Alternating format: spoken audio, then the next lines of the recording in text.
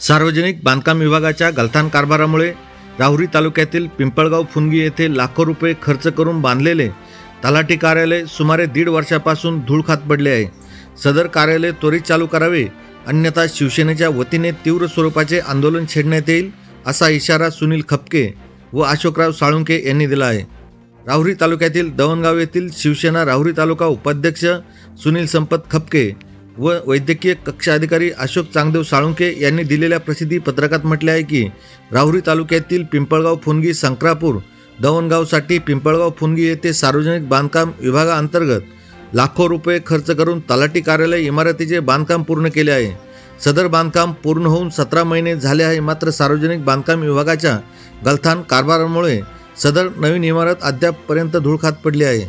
तलाठी कार्यालयाचे कामकाज जुन्या 10 बाय 12च्या खोलीत चालते, त्यामुळे तलाठी कार्यालयात कामासाठी आलेल्या नागरिकांना उन्हात उभे राहावे लागते।